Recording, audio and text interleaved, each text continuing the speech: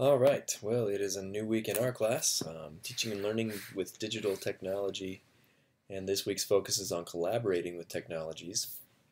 But, of course, I want to introduce you to the final project for this class. So on that April 30th to May 5th week, there are 3 things due, and I think all of you have done one of those, Intentional Tech Talk and Integration Recipe.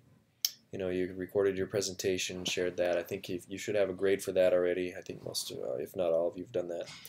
There's the Cooperative Communication Project, which we'll talk about in a moment. And there's the Constructive Makerspace Assignment, the actual Makerspace experience reflection. So don't forget to also do that one. Reflect on your experience and submit that part of the assignment. But today the focus is on this cooperative communication project that we're preparing for. Again, it's due May 5th. So here is the assignment that you're going to do. This project has 2 parts, creating a video or recorded presentation and a project plan. And so if you've taken my undergraduate class, you might remember a similar project or a similar assignment than this. And that is true. It's a similar one, but you can always learn to create more media and also to create more project plans. So that's what you're going to do for this final assignment in the class. So the part 1 is create a video or recorded presentation of approximately 3 to 6 minutes in length. This should teach a concept or skill or tell a story to your students, although be aware that you can't use a book that's in the library and tell that story as you maybe show the images from that book. As we've been learning about copyright, you'd know that wouldn't be okay because you can't share somebody else's work online.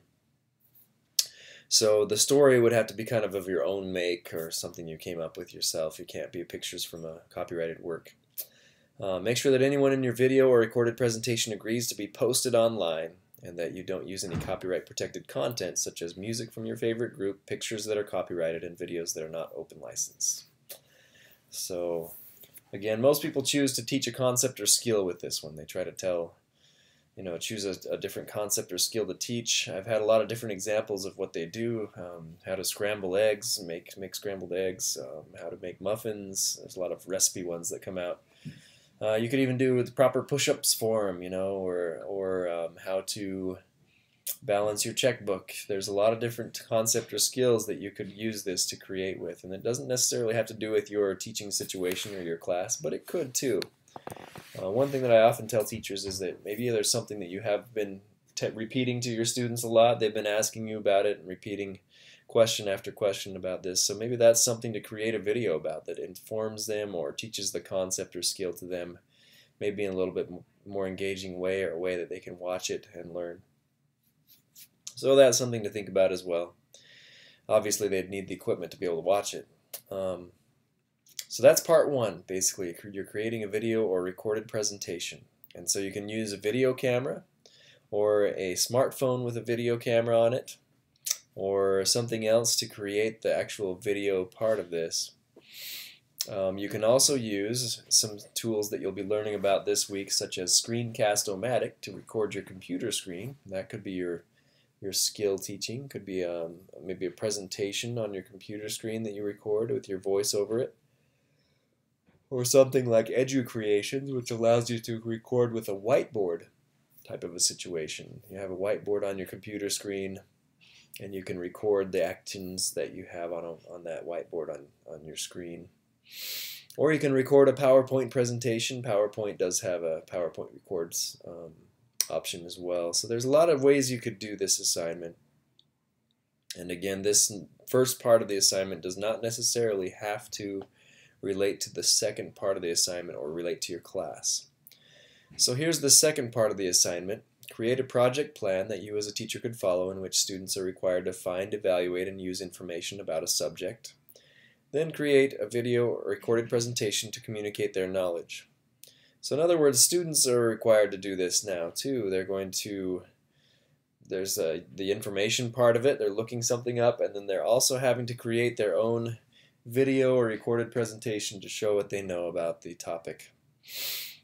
And this project plan again does not have to be related to the video or online presentation you created for the first requirement in this project, and the lesson plan for this should include the following elements. lesson title and summary, list of content standards and objectives, description of learners, list of materials and technologies, list of the 9 project-based learning elements with a detailed description of how each is included in the project plan. So again, for your assignment, you'll want to write down the word anchor and then say what the anchor is for this project that you have planned, and then task, and say what the task is for this project you plan, and directions, student choices, and so forth. All of these different elements of project-based learning.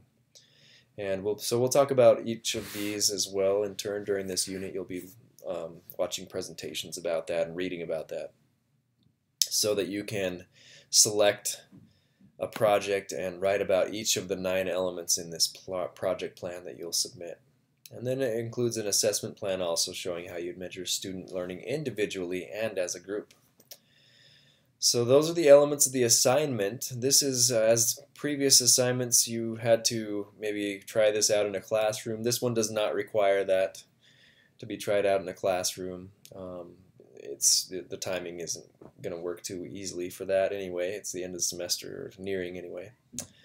So, but it is something that you create your own video or recorded presentation, and then you also create a project plan about it, about what your students might do in a class. So there are some rubric items about the video itself, and then also rubric items about the lesson plan, looking for these items that are required. The project-based learning elements are all listed and adequate, and all these different things that are looking at. So that is the assignment.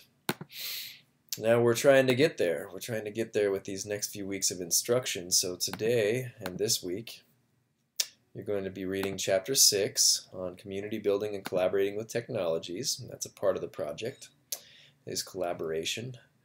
And then collaborative learning discussion. So collaborative learning does have some practical problems with it, and you're going to talk about those in the discussion for this week and respond to others' posts about that. And then creating an online presentation or video. There are a couple of readings here that show you how to kind of look at those and create those. And so take a look at those. Those will help you to get started with actually creating that online presentation or video.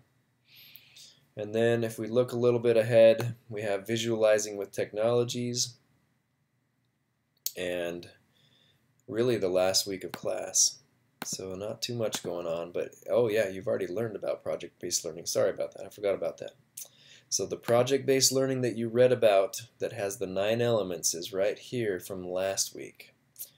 And so those will help you too. So you know about those. Now you're looking about how to create this presentation with the applications that you want to use and so forth. And again, that can be a video, that can be a recorded presentation using PowerPoint or using Screencast-O-Matic or something like that, but it must teach a concept or skill and fit the time limit and so forth.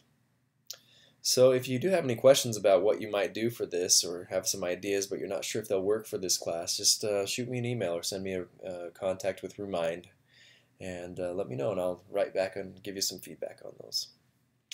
Alright, well, have a great week.